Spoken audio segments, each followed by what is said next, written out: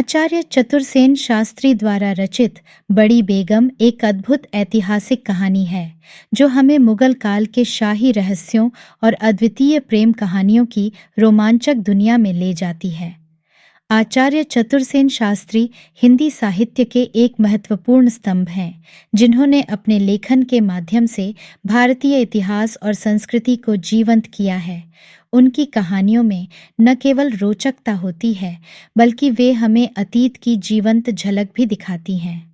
बड़ी बेगम कहानी हमें जहां आरा बेगम की शाही महलों में रहस्यमयी और राजसी जीवन की कथा सुनाती है। क्या जहां आरा का नजावत खां से विवाह हो पाएगा, या फिर राजपूत राजा छत्रसाल से उनका गुप्त प्रेम कहानी में नया मोड़ लाएगा? इस कहानी में न केवल शाही राजनीति और प्रेम की जटिलताएं हैं, बल्कि वह एक मूर्ख नौकर की भी कहानी है जो शहजादी के प्रेम की गलत फहमी में जीता है। क्या इस प्रेम त्रिकोण का अंत सुखद होगा, या फिर यह कहानी हमें शाही महलों के और भी गहरे रहस्यों में ले जाएगी?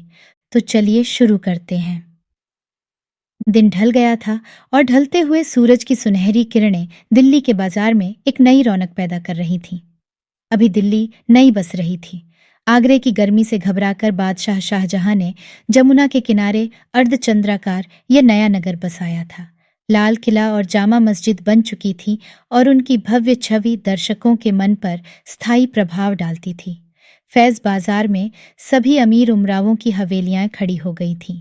इस नए शहर का नाम शाहजहानाबाद रखा गया था, परंतु पठानों की पुरानी दिल्ली की बस्ती अभी तक बिल्कुल उजड़ नहीं चुकी थी, बल्कि कहना चाहिए कि इस शाहजहानाबाद के लिए बहुत सा मलबा और सामान पुरानी दिल्ली के महलात के खंडहरों से लिया गया था, जो पुराने किले से हौज खास और कुतुब मीनार तक फैले हुए थे। नदी की दिशा को छोड़कर बाकी तीनों ओर सुरक्षा के लिए पक्की पत्थर की शहर पनाह बन चुकी थी, जिसमें 12 द्वार और 100 कदमों पर बुर्ज बने हुए थे। शहर पनाह के बाहर 5-6 फुट ऊंचा कच्चा पुरवा था। सलीमगढ़ का किला बीच जमुना में था, जो एक विशाल टापू प्रतीत होता था और जिसे 12 खंभों वाला पुख्ता पुल लाल किले से जोड़ता था। अभी इस नगर को बने 30 ही बरस हुए थे, फिर भी यह मुगल साम्राज्य की राजधानी के अनुरूप शोभायमान नगरी की सुषमा धारण करता था। शहर पनाह नगर और किले दोनों को घेरे थी। यदि शहर की उन बाहरी बस्तियों को, जो दूर तक लाहौरी दरवाजे तक चली गई थीं, और उस पुरानी दिल्ली की बस्तियों को, जो चारों ओर दक्षिण पश्चिम भाग में फैली थीं, मिला लिया जाए तो जो रेखा शहर के बीचों बीच खींची जाती, वह 4.5 या 5 मील लंबी होती। बागात का विवरण पृथक है, जो सब शहजादों, अमीरों और शहजादियों ने पृथक पृथक लगाए थे। शाही महलसरा और मकान किले में थे। किला भी लगभग अर्धचंद्राकार था। इसकी तली में जमुना नदी बह रही थी, परंतु किले की दीवार और जमुना नदी के बीच बड़ा रेतीला मैदान था, जिसमें हाथियों की लड़ाई दिखाई जाती। यहीं खड़े होकर सरदार, अमीर और हिंदू राजाओं की फौजें झरोखे में खड़े बादशाह के दर्शन किया करते थे। किले की चहारदीवारी भी पुराने ढंग के गोल बुर्जों की वैसी ही थी जैसी शहर पनाह की दीवार थी। यह ईंटों और लाल पत्थर की बनी हुई थी, इस कारण शहर पनाह की अपेक्षा इसकी शोभा अधिक थी। शहर पनाह की अपेक्षा यह ऊंची और मजबूत भी थी। उस पर छोटी छोटी तोपें चढ़ी हुई थीं, जिनका मुंह शहर की ओर था। नदी की ओर छोड़कर किले के सब ओर गहरी खाई थी, जो जमुना के पानी से भरी हुई थी। इसके बांध खूब मजबूत थे और पत्थर के बने थे। खाई के जल में मछलियां बहुत थीं। खाई के पास ही एक भारी बाग था, जिसमें भांति भांति के फूल लगे थे। किले की सुंदर इमारत के आगे सुशोभित यह बाग अपूर्व शोभा विस्तार करता था। इसके सामने एक शाही चौक था, जिसके एक ओर किले का दरवाजा था, दूसरी ओर शहर के 2 बड़े बड़े बाजार आकर समाप्त होते थे। किले पर जो राजा, रजवाड़े और अमीर पहरा चौकी देते थे, उनके डेरे तंबू खेमे इसी मैदान में लगे हुए थे। इनका पहरा केवल किले के बाहर ही था। किले के भीतर उमरा और मनसबदारों का पहरा होता था। इसके सामने ही शाही अस्तबल था, जिसके अनेक कोतल घोड़े मैदान में फिराए जा रहे थे। इसी मैदान के सामने ही तनिक हटकर गूजरी लगती थी, जिसमें अनेक हिंदू और ज्योतिषी नजूमी अपनी अपनी किताबें खोले और धूप में अपनी मैली शतरंजी बिछाए बैठे थे। ग्रहों के चित्र और रमल फेंकने के पासे उनके सामने पड़े रहते थे। बहुत सी मूर्ख स्त्रियां सिर से पैर तब बुर्का ओढ़े या चादर में शरीर को लपेटे उनके निकट खड़ी थीं और वे उनके हाथ मुंह को भली भांति देख पाटी पर लकीरें खींचते तथा उंगलियों की पोर पर गिनते उनका भविष्य बताकर पैसे ठग रहे थे। इन्हीं ठगों में एक दोगला पोर्चुगीज बड़ी ही शांत मुद्रा में कालीन बिछाए बैठा था। इसके पास स्त्री पुरुषों की भारी भीड़ लगी थी, पर वास्तव में यह गोरा धूर्त बिल्कुल अनपढ़ था। उसके पास एक पुराना जहाजी दिग्दर्शक यंत्र था और एक रोमन कैथोलिक की सचित्र प्रार्थना पुस्तक थी। वह बड़े ही इत्मीनान से कह रहा था, यूरोप में ऐसे ही ग्रहों के चित्र होते हैं। पीछे जिन दो बाजारों की यहाँ चर्चा हुई है, जो किले के सामने मैदान में आकर मिले थे, वहीं एक सीधा और प्रशस्त बाजार चांदनी चौक था, जो किले से लगभग 25-30 कदम के अंतर से आरंभ होकर पश्चिम दिशा में लाहौरी दरवाजे तक चला जाता था। बाजार के दोनों ओर मेहराबदार दुकानें थीं, जो ईंटों की बनी थीं तथा एक मंजिला ही थीं। इन दुकानों के बरामदे अलग अलग थे और इनके बीच में दीवारें थीं। यहीं बैठकर व्यापारी अपने अपने ग्राहकों को पटाते थे और माल असबाब दिखाते थे। बरामदों के पीछे दुकान के भीतरी भाग में माल असबाब रखा था तथा रात को बरामदे का सामान भी उठाकर वहीं रख दिया जाता था। इनके ऊपर व्यापारियों के रहने के घर थे, जो सुंदर प्रतीत होते थे। नगर के गली कूचे में मनसबदारों, हकीमों और धनी व्यापारियों की हवेलियां थीं, जो बड़े बड़े मोहल्लों में बंटी हुई थीं। बहुत सी हवेलियों में चौक और बागीचे थे। बड़े बड़े मकानों के आसपास बहुत मकान घास फूस के थे, जिनमें खिदमतगार, नानबाई आदि रहते थे। बड़े बड़े अमीरों के मकान नदी के किनारे शहर के बाहर थे, जो खूब कुशादा, ठंडे, हवादार और आरामदेह थे। उनमें बाग, पेड़, हौज और दालान थे तथा छोटे छोटे फव्वारे और तहखाने भी थे, जिनमें बड़े बड़े पंखे लगे हुए थे और खस की टट्टियाँ लगी थीं। उन पर गुलाम नौकर पानी छिड़क रहे थे। बाजार की दुकानों में जिन्सें भरी थीं। पश्मीना, कमखाब, जरीदार मंडीले और रेशमी कपड़े भरे थे। एक बाजार तो सिर्फ मेवों ही का था, जिसमें ईरान, समरकंद, बलख, बुखारा के मेवे, बादाम, पिस्ता, किशमिश, बेर, शफ्तालू और भांति भांति के सूखे फल और रुई की तहों में लिपटे बढ़िया अंगूर, नाशपाती, सेब और सरदे भरे पड़े थे।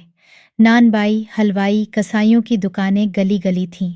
चिड़िया बाजार में भांति भांति की चिड़िया, मुर्गी, कबूतर, तीतर, मुर्गाबियां बहुतायत से बिक रही थीं। मछली बाजार में मछलियों की भरमार थी। अमीरों के गुलाम ख्वाजासरा व्यस्त भाव से अपने अपने मालिकों के लिए सौदे खरीदे रहे थे। बाजार में ऊंट, घोड़े, बहली, रथ, तामझाम, पालकी और मियानों पर अमीर लोग आ जा रहे थे। चित्रकार, नक्काश, जड़िए, मीनाकार, रंगरेज और मनिहार अपने अपने कामों में लगे थे। इस वक्त चांदनी चौक में एक खास चहल पहल नजर आ रही थी। इस समय बहुत से बरकंदाज, प्यादे, भिश्ती और झाड़ बरदार फुर्ती से अपने काम में लगे हुए थे। बरकंदाज और सवार लोगों की भीड़ को हटाकर रास्ता साफ कर रहे थे। झाड़ बरदार सड़कों का कूड़ा करकट हटा रहे थे। दुकानदार चौकन्ने होकर अपनी अपनी दुकानों को आकर्षक रीति पर सजाए उत्सुक बैठे थे। इसका कारण यह था कि आज बड़ी बेगम की सवारी किले से इसी राह आ रही थी।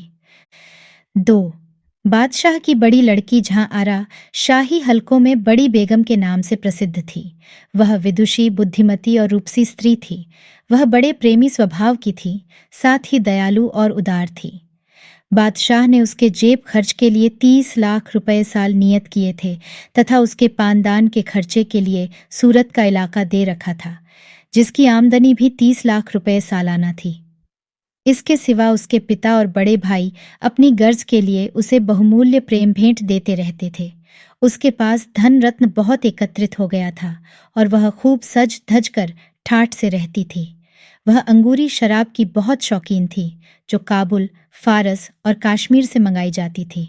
वह अपनी निगरानी में भी बढ़िया शराब बनवाती, जो अंगूरों में गुलाब और मेवानाट डालकर बनाई जाती थी। रात को वह कभी कभी नशे में इतनी डूब जाती थी कि उसका खड़ा होना भी संभव न रहता और उसे उठाकर शैया पर डाला जाता था। शाहजहां के शासन काल में वही तमाम साम्राज्य पर शासन करती थी। इससे उसका नाम बड़ी बेगम प्रसिद्ध हो गया था। शाही मुहर इसी के ताबे रहती थी। बद्दी बेगम पालकी पर सवार थीं, जिस पर एक कीमती ज़रफ़्त का पर्दा पड़ा था, जिसमें जगह जगह जवाहरात टंके थे। पालकी के चारों ओर ख्वाजा सरा मोरछल और चंवर डुलाते पालकी का घेरा डाले चल रहे थे। वे जिसे सामने पाते उसी को धकेल कर एक ओर कर देते थे। बहुत से जारजियाना गुलाम सुनहरे रुपहले डंडे हाथों में लिए जोर जोर से हटो बचो चिल्लाते जा रहे थे। उनके आगे भिश्ती तेजी से दौड़ते हुए सड़क पर पानी का छिड़काव करते जाते थे। मोरछलों और चंवरों की मूठ सोने चांदी की जड़ाऊ थी। पालकी के साथ सैकड़ों बांदियां सुनहरी पात्रों में जलती हुई सुगंध लिए चल रही थीं। सबसे आगे 200 तातारी बांदियां नंगी तलवारें हाथ में लिए, तीर कमान कंधे पर कसे, सीना उभारे, सफ बांधे चल रही थीं और सबके पीछे एक मनसबदार घुड़सवार रिसाले के साथ बढ़ रहा था। यह मनसबदार एक अति सुंदर युवक था। उसका रंग अत्यंत गोरा, आंख काली और चमकदार तथा बाल घुंघराले थे। वह बहुमूल्य रत्न झटित पोशाक पहने था और इतराता हुआ सा अपने रिसाले के आगे आगे चल रहा था। उसका घोड़ा भी अत्यंत चंचल और बहुमूल्य था। यह तेजस्वी सुंदर मनसबदार नजावत खां था, जो शाह बलख का भतीजा और बुखारे का शहजादा मशहूर था और बादशाह शाहजहां का कृपा पात्र मनसबदार था। इस समय बहुत से अमीर उमरा चांदनी चौक की सैर को निकले थे। इन अमीरों के ठाठ भी निराले थे। किन्हीं के साथ 10-20, किन्हीं के साथ इससे भी अधिक नौकर चाकर गुलाम पैदल दौड़ रहे थे। अमीर घोड़े पर सवार ठुमकते धीरे धीरे पान कचरते हुए अकड़कर चल रहे थे। कुछ चलते चलते ही पेचवान पर अंबरी तंबाकू का कश खींच रहे थे। साथ साथ खवास गंगा जमनी काम की फर्शी हाथों हाथ लिए दौड़ रहे थे। गुलामों में किसी के पास पानदान, किसी के पास उगलदान, किसी के पास इत्रदान, कोई सरदार की जड्डाऊ तलवार लिए चल रहा था और इस प्रकार अमीर का बोझ हल्का कर रहा था। परंतु ये अमीर चाहे जिस शान से जा रहे हों, ज्यों ही बेगम की पालकी उनकी नज़र में पड़ती, उनकी सब शान हवा हो जाती। जो जहां होता तुरंत घोड़े से उतरकर सड़क के एक कोने में अपने आदमियों सहित हाथ जोड़कर अदब से खड़ा हो जाता और पालकी की ओर मुंह करके 3 बार कोर्निश करता, जिसकी सूचना तुरंत बेगम को पालकी के भीतर दे दी जाती। इस प्रकार सूचना देने के लिए जो तरुण सरदार पालकी के साथ चल रहा था, वह एक प्रकार से किशोर वय का था। अभी पूरा तारुण्य उसके मुख पर प्रकट नहीं हुआ था। वह एक सुकुमार सुंदर और सजीला किशोर था। वास्तव में यह शहजादी की उस्तानी का बेटा था, जिसका बचपन शहजादी के साथ महल सरा में बीता था और जिसे प्यार से शाही हरम में दूल्हा भाई कहते थे। यद्यपि इसकी हैसियत एक सेवक ही की थी, पर शहजादी की कृपा दृष्टि से यह ढीठ हो गया था और अपने को किसी शहजादे से कम न समझता था। उसके सब ठाठ बाट भी शहजादों ही के समान थे। धीरे धीरे सवारी आगे बढ़ती जा रही थी। इसी समय सामने से एक हिंदू सरदार की सवारी आ गई। यह हिंदू सरदार बूंदी का हाड़ा राजा राव छत्रसाल था। इसकी अवस्था 26 से अधिक न होगी। उसका उज्ज्वल श्यामल मुख, मूंछों की पतली ऐंठी हुई रेखा, बड़ी बड़ी काली आंखें, गठीला शरीर, बाँ की छटा देखते ही बनती थी। वह कमर में 2 तलवारें बांधे था और उसके साथ 50 सवार, पैदल सिपाही और नौकर चाकर सेवक और मुसाहिब चल रहे थे। दिल्ली में रहने वाले दरबारी उमरावों से इसकी छटा ही निराली थी। ज्यों ही बेगम की सवारी उसकी दृष्टि में पड़ी, वह रास्ते से एक ओर हटकर घोड़े से उतरकर सड़क के एक कोने में 200 कदम के अंतर से खड़ा हो गया और ज्यों ही बेगम की सवारी उसके निकट आई, उसने जमीन तक झुककर 3 बार कोर्निश की। नकीब ने पुकार लगाई और दूल्हा भाई ने बेगम को इसकी सूचना दी। शहजादी ने तुरंत अपनी सवारी आगे बढ़ना रोक दिया और एक रत्न जड़ित कमखाब की थैली में रखकर पान का बीड़ा उसके पास भेजकर कहलाया कि वह भी सवारी के साथ रहकर उसे रौनक बख्शे। राव छत्रसाल ने फिर पालकी की ओर रुख करके सलाम किया, पान का बीड़ा आदरपूर्वक लिया और 2 कदम पीछे हटकर खड़ा हो गया। सवारी आगे बढ़ी और यह हिंदू सरदार भी पालकी के पीछे पीछे अपने सवारों के साथ चला। दुल्हा भाई ने बेगम को इस बात की इत्तला दे दी। जो मनसबदार पालकी के साथ साथ चल रहा था, उसकी आंखों में इस हिंदू सरदार को देखते ही खून उतर आया। परंतु इस तरुण राजा ने उसकी तनिक भी परवाह नहीं की। अपने घोड़े को एड़ देकर और 4 कदम आगे बढ़ वह पालकी के पीछे चलने लगा। किला और शहर के बीच आज जहाँ दिल्ली का रेलवे स्टेशन और कंपनी बाग है, वहाँ इस बेगम ने एक सराय बनवाई थी। ये सराय उस समय भारतवर्ष भर में श्रेष्ठ इमारत थी। इसकी सारी इमारतें दुमंजिली थीं और ऊपर बड़े बड़े आलीशान सुसज्जित कमरे बने थे, जिनमें देश देश के लोग ठहरते और तफरीह करते थे। सराय में नहाने के लिए पक्के हौज, नल और बड़े बड़े बावर्ची खाने बने थे।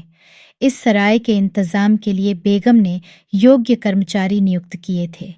इस समय तक भी सराय समूची बनकर तैयार नहीं हो पाई थी और हजारों कारीगर मिस्त्री उसमें चित्र विचित्र काम कर रहे थे। इस वक्त बेगम की सवारी इसी सराय की ओर जा रही थी। इसकी सूचना सराय के दारोगा को भी मिल चुकी थी और वहां बेगम की अवाई की धूमधाम मची थी। सब राह बाट साफ करके छिड़काव किया गया था। बहुत से खोजे दास दासी अपने अपने काम में लगे थे। इस समय सराय का वह भाग जहां बेगम तशरीफ रखने वाली थी और जहां एक खूबसूरत छोटा सा बगीचा था, भली भांति सजाया गया था। बगीचे के बीच संगमरमर की बारहदरी थी, वहीं बेगम की सवारी उतरी। शाम की भीनी सुगंध हवा में भर रही थी। बाग के माली ने सारी बारहदरी को फलों से सजाया था। हुजूर शहजादी आज रात इसी बारहदरी में आराम और तफरीह करना चाहती थीं। ख्वाजासरा और बांदियों ने मसनद, चांदनी और गांव तकिए लगा दिए। बेगम मसनद पर लुढ़क गईं। कुछ देर आराम करने पर बेगम ने दूल्हा भाई को हुक्म दिया, वह हिंदू राजा जो सवारी के साथ है, उसे हुक्म दो कि हमारे यहाँ मुकीम रहने तक अपने पहरे चौकी रखे और अमीर नजावत खां सराय के बाहरी हिस्से में अपने सिपाहियों सहित चला जाए। शहजादी का हुक्म दोनों उमरावों को पहुंचा दिया गया। दोनों ने भेद भरी निगाहों से एक दूसरे को देखा। तलवार की मूठ पर दोनों का हाथ गया और क्षण भर दोनों एक दूसरे को खूनी नजरों से देखने लगे।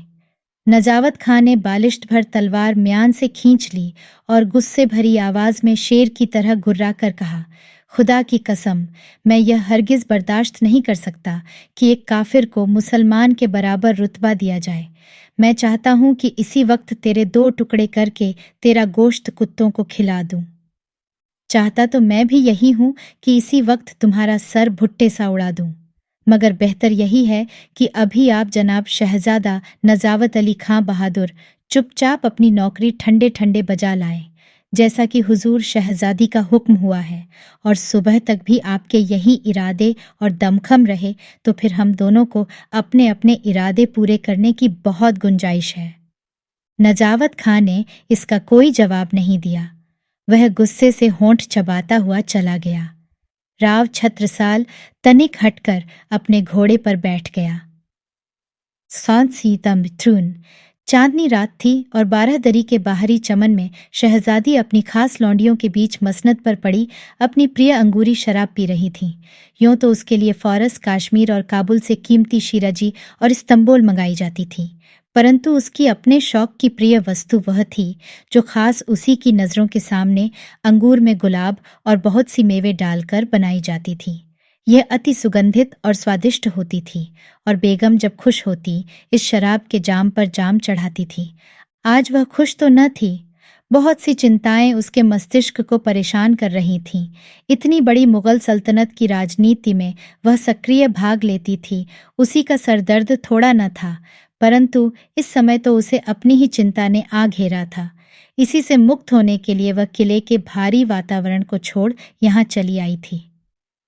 अकबर बादशाह के समय ही से यह दस्तूर चला आ रहा था कि मुगल बादशाहों के खानदान की शहजादियां शादी नहीं कर पाती थीं।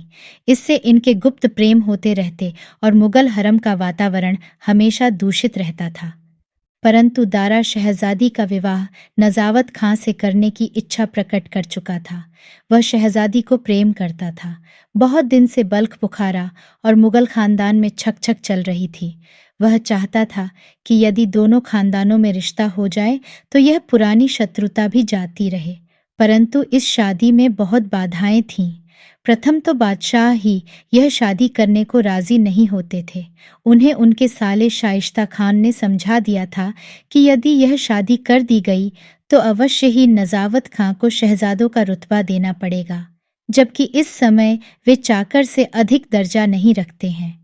फिर शाह बलख के लड़ने के मंसूबे भी अभी थे और इसके राजनीतिक कारण बने ही हुए थे। दूसरी बड़ी बाधा यह थी कि शहजादी हिंदू राजा बूंदी के छत्रसाल को चाहती थी। उन दिनों राजपूतों से मुगल खानदान में रिश्ते होते थे। अभी तक अनेक राजाओं की बेटियां मुगल हरम में आई थीं, परंतु कोई मुगल शहजादी किसी राजपूत के घर नहीं गई थी।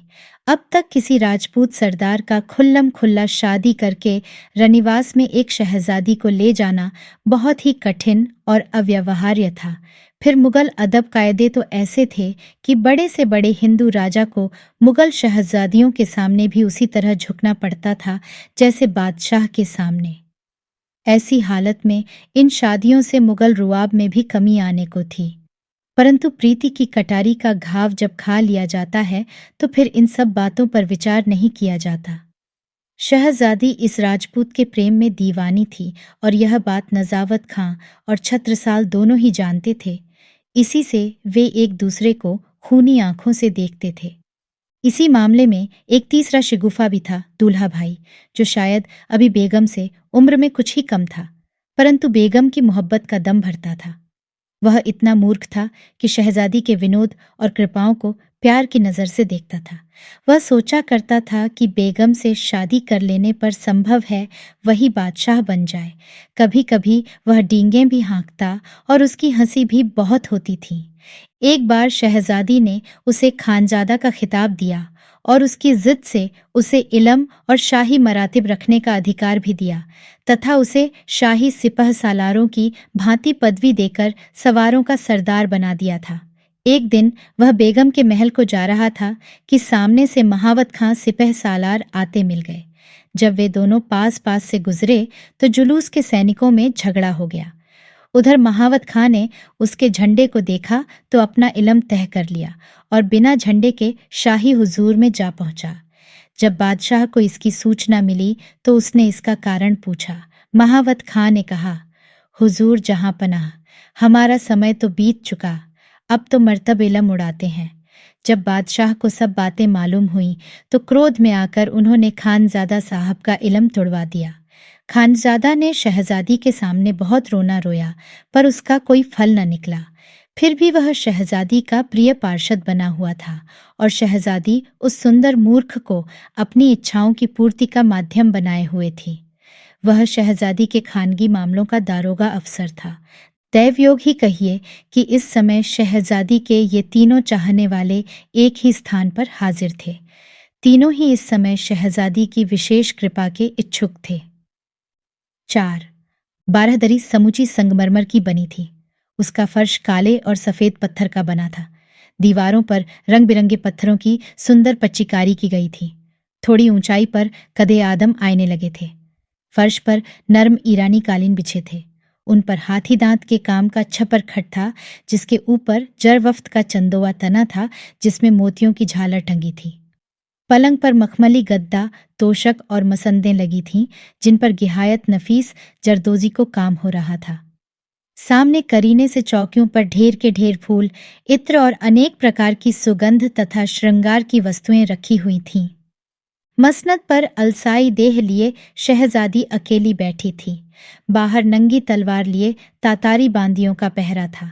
इसी समय हंसते हुए दूल्हा भाई ने आकर सोने के प्याले में शीराजी पेश की। बेगम ने आंखें तरेर कर कहा, यह क्या? वह हमारी पसंद की चीज अंगूरी शराब कहाँ है? हजरत, एक प्याला इस शीराजी का भी तो पहले नोश फरमाकर ईरान के बादशाह को ममनून कीजिए, जिसने यह कीमती शराब बड़े शौक से काबुल के अमलदार के मार्फत हुजूर की खिदमत में भेजी है। यह क्या हमारी उस नियामत से बढ़कर है जिसे खास हमारे हकीम अंगूर में गुलाब डालकर और मुकब्बी अद्बियात मिलाकर तैयार करते हैं? तुम तो उस नियामत को छक चुके हो दुल्हा मियाँ। हुजूर के तुफैल से वह नायाब शराब मैंने पी है, बेशक उसका मुकाबला तो आबे हयात भी नहीं कर सकता। मगर हुजूर शहजादी, जरा उस कमबख्त शाह ईरान का भी तो दिल रखिए। बड़ी बड़ी उम्मीदें बांधकर उस मरदूद ने यह कीमती तोहफा भेजा है। शहजादी ने हंसकर कहा, शाह अब्बास ऐसा बादशाह नहीं है जिसे मरदूद कहा जाए। बस हमें उसकी खातिर बसरो चश्म मंजूर है। इसके अलावा हम तुम्हें भी ममनून किया चाहती हैं। इसी से बखुशी यह प्याला मंजूर करती है। शुक्र है खुदा का कि शहजादी को इस गुलाम का भी इस कदर ख्याल है। मैं तो एकदम नाउम्मीद हो गया था। किस अम्र में जाँ बख्शी पाऊं तो अर्ज करूं कि हुजूर शहजादी की नजरें इनायत इस कमनसीब पर अब पहले जैसी नहीं हैं। तो दूल्हा मियाँ, अब तुम बड़े भी हो गए, बच्चे नहीं हो, फिर हम तो तुमसे खुश हैं। शहजादी ने प्याला खाली किया और दूल्हा मियाँ ने उसे दोबारा भरकर शहजादी के आगे बढ़ाते हुए कहा, बेअदबी माफ हो बेगम, गुलाम बड़ा हो तो यह खुदा की कारस्तानी है, कुछ गुलाम की तकसीर नहीं। और अब तो गुलाम को यह समझ भी आ गई है कि हुजूर जो इस नाचीज पर खुश होने की इनायत करती है वह बहुत नाकाफी है, जाननिसार ज्यादा की उम्मीद रखता है। शहजादी खिलखिला कर हंस पड़ी। उसने कहा, तो बेहतर है तुम अपने दिल का इजहार खुलकर करो, हम उस पर गौर करेंगे। तो अर्ज करता हूँ हुजूर शहजादी कि उस तुर्क मरदूद नजावत खां की आंखें मुझे कतई पसंद नहीं हैं, और न वह काफिर हिंदू राजा मुझे पसंद है जिसे आज सवारी के वक्त बीड़ा शाही इनायत करके और सवारी के साथ रहने का हक देकर सरफराज किया है। उसने तीसरा प्याला शहजादी की ओर बढ़ाया। शहजादी ने हंसती हुई आंखों से उसकी ओर देखकर कहा, वल्लाह, तो तुम इन दोनों नापसंद आदमियों के साथ किस तरह पेश आना चाहते हो? मैं दोनों से दो दो हाथ करना चाहता हूँ। इश्क के मैदान में एक दो तीन नहीं रह सकते शहजादी। बेहतर, तुम्हारी तजवीज़ हम पसंद करती हैं और इस अम्र में उन दोनों बदबख्तों को ज़रूरी हुक्म देना चाहती हैं। बस तुम अमीर नजावत खां को इसी वक्त हमारे हुजूर में भेज दो और खुद बित्मीनान आराम करो। शहजादी ने मुस्कराकर दूल्हे मियाँ की ओर देखा। दूल्हा मियाँ, जो शहजादी की विनोद वस्तु था और अपने को शहजादी के प्रेमियों में समझता था, इस बात से खुश नहीं हुआ। उसने धीरे से कहा, क्या हुजूर शहजादी को एक प्याला अंगूरी शराब का पेश करूं जिसकी कि हुजूर हद दर्जे शौकीन हैं? यकीनन वह प्याला दूल्हा मियाँ तुम्हारे हाथ से हम नोश फरमाएंगे। दूल्हा खुश हो गया। उसने प्याला शहजादी को पेश किया और शहजादी ने प्याला हाथ में लेकर इशारे ही से उसे कह दिया कि हुक्म की तामील हो। विवश दूल्हा मियाँ उस आनंददायक सोहबत को छोड़कर उठे और जाकर अमीर नजावत खां को बेगम का हुक्म सुना दिया। बेगम ने धीरे धीरे प्याला खाली किया और मसनद पर लुढ़क गई। इस वक्त वह मौज में थी और अच्छे अच्छे विचार उसके हृदय को आनंदित कर रहे थे। वह सोच रही थी, नंबर 1 रुख सत हुए और नंबर 2 की आमद है। इसी समय नजावत खान ने आकर शहजादी को कोर्निश की और दो जानू होकर शहजादी के सामने बैठ गया। यद्यपि यह मुगल दस्तूर और अदब के विपरीत था, लेकिन प्यार मोहब्बत के मामलों में अदब का लिहाज चलता नहीं है। शहजादी ने अमीर को पान देकर कहा, अमीर खुश वक्त, इत्मीनान से बैठिए। नजावत खां उसी तरह दो जानू बैठा रहा। उसने पान लेकर शहजादी को सलाम किया और कहा, शहजादी, अब कब तक मैं जलता रहूं? तुम्हें तकलीफ क्या है दिलवर? अब वादा पूरा होना चाहिए और शरअ की रूह से इस नाचीज को शहजादी को प्यार करने का हक मिलना चाहिए। ओह, तुम्हारा मकसद निकाह से है? शहजादी ने एक फूल के गुच्छे से खेलते हुए कहा। बेशक हुजूर, शहजादी और वालिद अहद ने मुझसे वादे किए हैं। लेकिन ये सब तो पुरानी बातें हैं जाने मन। मुगल शहजादियों की शादी नहीं होती है। क्यों नहीं होती है? क्या आपने नहीं सुना कि मामू शाइस्ता खां ने जहां पनाह को इसकी वजह बताते हुए कहा था कि अगर ऐसा हुआ तो जिस अमीर से शादी की जाएगी उसे शहजादों की बराबरी का रुतबा देना पड़ेगा। लेकिन खुदा के फजल से मैं भी बल्ख का शहजादा हूं। तो शहजादा साहिब, हमें इससे कब इनकार है? हमारी नजरें इनायत पर आप शाकी न हो। शाकी नहीं, मगर जो बात हो ही नहीं सकती, उसके लिए हम बादशाह सलामत से अर्ज भी कैसे कर सकती हैं? लेकिन शहज़ादी, आप तो सल्तनत की मालिक हैं, जहां पनाह, क्या आपकी बात टाल सकते हैं? फिर भी एक मनसबदार से हिंदुस्तान के बादशाह की लड़की की शादी गैर मुमकिन है, तो फिर गुनाह से फायदा? क्या तमाम हिंदुस्तान के बादशाह की शहज़ादी भी गुनाह कर सकती है? शहज़ादी, हिंदुस्तान के बादशाह के ऊपर एक दीनो दुनिया का बादशाह है। वह आम लोगों के लिए है। क्या यह भी कभी मुमकिन है कि मुगल शहज़ादी एक अदना मनसबदार की ताउम्र लौंडी बनकर रहे? लेकिन शहज़ादी, बस खामोश, हम ऐसी बात सुनने के आदी नहीं। बस हम अपनी खुशी से जिस कदर इनायत तुम पर करें, उतने ही में आसूदा रहो। मगर मेरी भी कुछ ख्वाहिशात हैं। होंगी, हम फिलहाल इस अम्र पर गौर नहीं कर सकती। तुम्हारी इल्तजा से हमने आज यहाँ बारहदरी में मुकाम किया और तुमसे मुलाकात की। हम चाहती हैं कि आइंदा अपने इरादों को काबू में रखो। तो हुजूर, मेरी एक अर्ज है। अर्ज करो। मुझे भी अमीर मीरजुमला के साथ दक्कन भेज दीजिए, ताकि अपनी आंखों से मैं वह सब न देख सकूं जिसे देखने का मैं आदी नहीं हूं। तुम्हारा मकसद क्या है? शहजादी, वह काफिर हिंदू राजा जिसमें हुजूर खास दिलचस्पी ले रही है। मैं उसे कल कत्ल करूंगा और दक्कन चला जाऊंगा और फिर आपको मुंह न दिखाऊंगा। नजावत खां तेजी से उठकर चल दिया। बाहर आकर उसने देखा, खानजादा साहिब सामने हाजिर हैं। खानजादा ने आगे बढ़कर कहा, आदाब अर्ज है मनसबदार साहिब, कहिए शहजादी से शादी तय हो गई?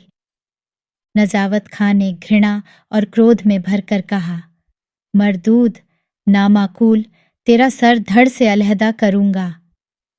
बखुशी, मनसबदार साहिब, मगर शादी का जुलूस देख लेने के बाद। वह हंसता हुआ एक ओर चला गया और नजावत खां ताव पेंच खाता दूसरी ओर। पाइंस। शहजादी कुछ देर फूलों के एक गुलदस्ते को उछालती रही।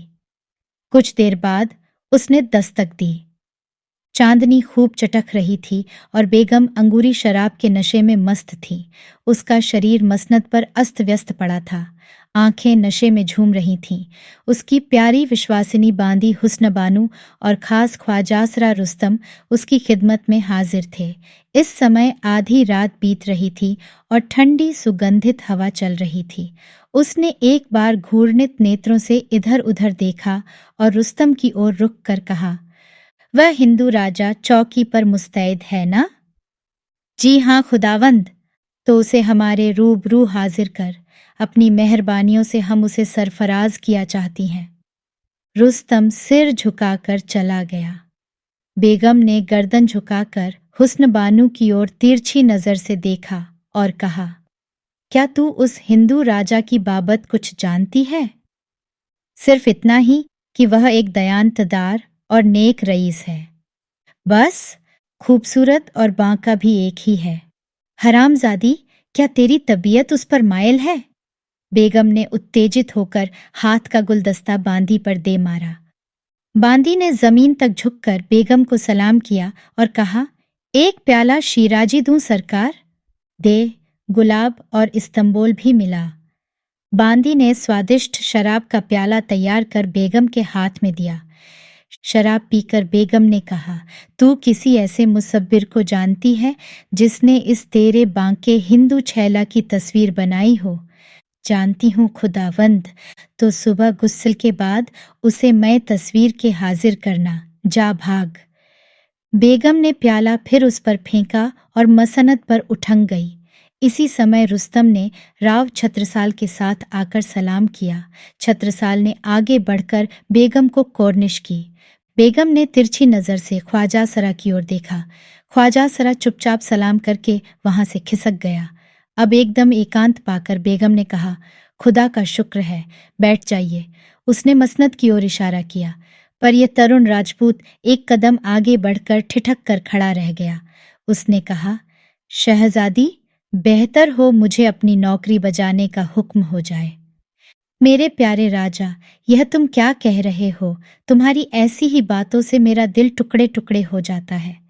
शहजादी ने अपनी बड़ी बड़ी आंखें उठाकर राजा की ओर देखा और मीठे स्वर में कहा, आज हम बहुत खुश हैं और उम्मीद है उस चमेली सी चटकती चांदनी का लुत्फ उठाने में राव छत्रसाल दरेग न करेंगे। तरुण राजा अपनी जगह पर ही खड़ा रहा। शहजादी की शराब से लाल आंखें और भी लाल हो गईं, परंतु उसने मन के गुस्से को रोककर कहा, जाने मन, हमारे पास यहाँ मसनद पर बैठकर हमें सेहत बख्शो। मुझे अफसोस है शहजादी, मैं ऐसा नहीं कर सकता। क्यों नहीं कर सकते दिलवर?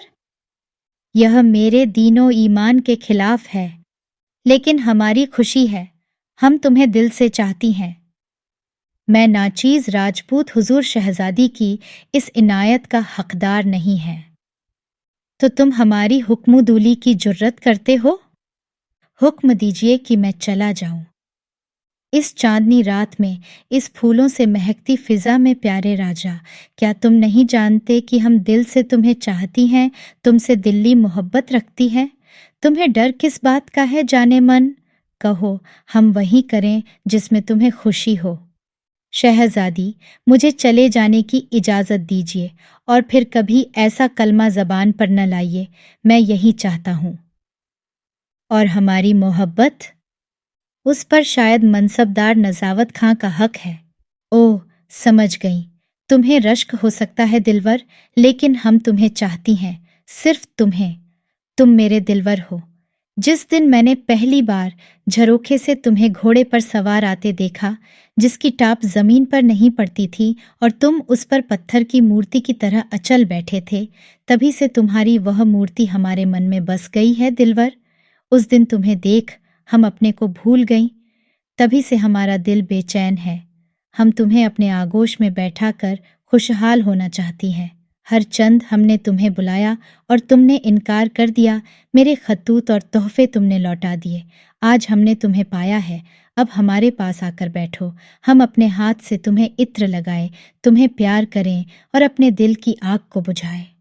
हजरत बेगम साहिबा, इस वक्त आपकी तबीयत नासाज है, मैं जाता हूँ। बेगम शेरनी की तरह गरज उठी, तुम्हारी यह हिमाकत हमारी आरजू और मोहब्बत को ठुकराओ। क्या तुम नहीं जानते कि हमारे गुस्से में पड़कर बड़ी से बड़ी ताकत को दोजख की आग में जलना पड़ता है? लेकिन राजा पर इस बात का भी कोई असर नहीं हुआ। उसने बेगम की किसी बात का जवाब नहीं दिया। उसने मस्तक झुकाकर बेगम का अभिवादन किया और तेजी से चल दिया। बेगम पैर से कुचली हुई नागिन की भांति फुफकारती हुई मसनद पर छटपटाने लगी। राजा के बाहर आते ही दूल्हा ने सलाम करके हंसते हुए कहा, मुबारक राजा साहेब, मुबाकर, शहजादी का प्रेम मुबारक। राजा का हाथ तलवार की मूठ पर गया और दूल्हा भाई हंसता हुआ भाग गया।